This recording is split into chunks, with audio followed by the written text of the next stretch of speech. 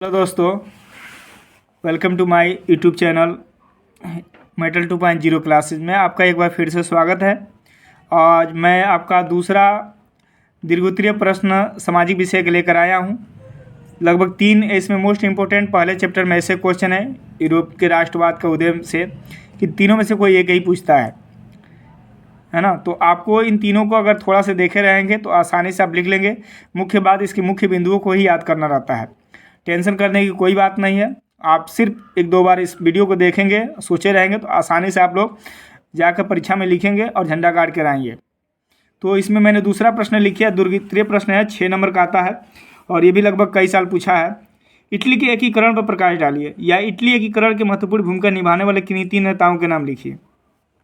जब इटली के एकीकरण की बात आ जाए तो आप समझिए कि अगर दीर्घोत्तरीय प्रश्न हो तो आपको इटली के एकीकरण के बारे में ही लिखना है।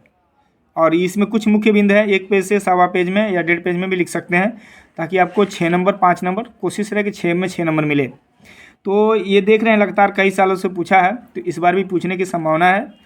तो मैं चलता हूँ बिना देरी किए हुए अब प्रश्न पर के उत्तरों पर। प्रश्नोत्तर संख्या 2 का है और एक प्रश्न इसमें से और पूछता है, वह है जर्मनी के एकीकरण।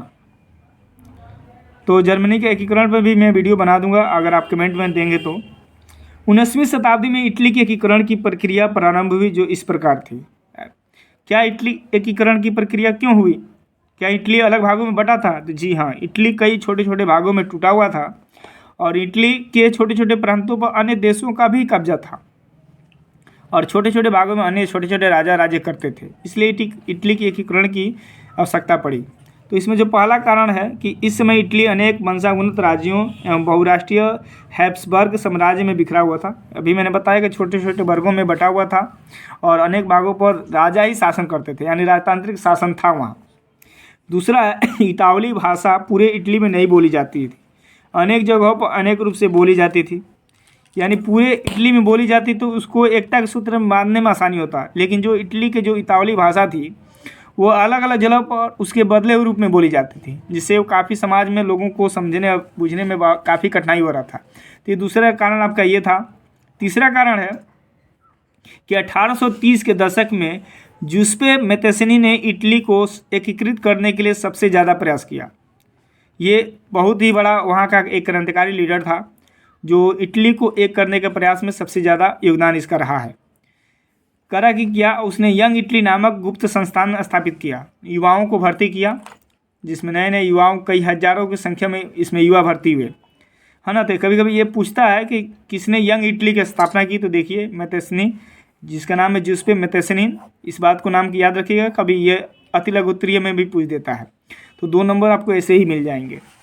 अगला जो प्रश्न है आपका, अगला जो हेडिंग है वो है चौथा हेडिंग कि 1831 ईस्वी में और 1848 ईस्वी में जो क्रांतिकारी विरोध हुए वो असफल हुए।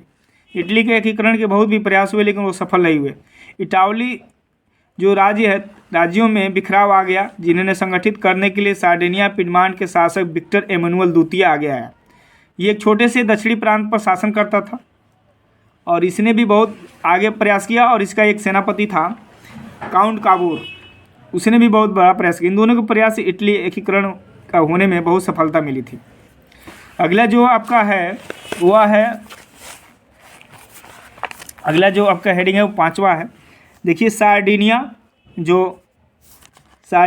पिडमांट के प्रधानमंत्री काउंट काबूर इटली के राज्यों के एकीकरण करने के लिए प्रारंभ आंदोलन का नेतृत्व किया, क्योंकि वहाँ ये लोग नहीं थे और यही 2 लोग बहुत ज़्यादा मेहनत की है। और इसमें नाम भी पूछा है कि किन्हीं 3 क्रांतिकारियों के नाम, तो उसमें काउंट काबूर हो गया, गैरिबाल्डी हो गया और जूसेप्पे मैत्तेरानी हो गया, तो इनका भी नाम आप लिख सकते हैं।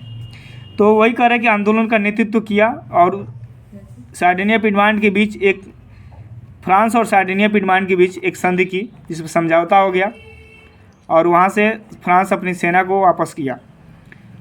अगला जो हेडिंग है, आखिरी हेडिंग है, मैंने ज़्यादा इसको बड़ा नहीं लिखा है, इतना भी लिखेंगे तो आपको 6 नंबर मिलेगा। 1859 ईस्वी में सार्डिनिया पिडमांट ने ऑस्ट्रिया को पराजित किया।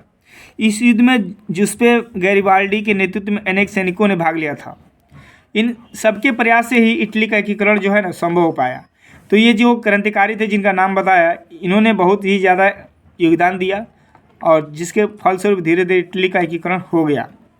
और इटली जो अनेक छोटे छोटे भागों में टूटा था, अनेक छोटे छोटे क्षेत्रों पर इसका कब्जा था। इस कुछ भागों पर फ्रांस का कब्जा था, कुछ भागों पर रूस का कब्जा था, और कुछ भागों पर छोटे मोटे राजा शासन करते थे, और कुछ भागों पर तुर्कों का शासक था, तुर्क राज्य करते थे। तो धीरे धीरे ये एकत्रित हुए, इकट्ठा हुए, अनेक प्रकारों से इन्होंने प्रयास किया, तो इटली का एकीकरण हो गया। ये 5-6 हेडिंग और 1-2 हेडिंग अपने तरफ से लिख देंगे, तो आराम से एक पेज आप पूरा फुल लिख सकते हैं अच्छी राइटिंग के साथ, और आपको 6 नंबर आंख बंद करके एग्जामिनर दे देगा। मेरा प्रयास है कि आप लोग इसको 1-2 बार देखिए, ऐसे ही थोड़ा सा ध्यान देंगे तो आप लोग आसानी से इसको लिख सकते हैं। तो अगला क्वेश्चन अगर आपको चाहिए इसका, तो आप लोग मेरे शेयर करिए, कमेंट करिए, लाइक करिए, और मेरे चैनल को सब्सक्राइब सबसे पहले करिए, ताकि मैं और भी वीडियो हौसला अफजाई और मैं अच्छा सा वीडियो बना सकूं। थैंक यू, धन्यवाद।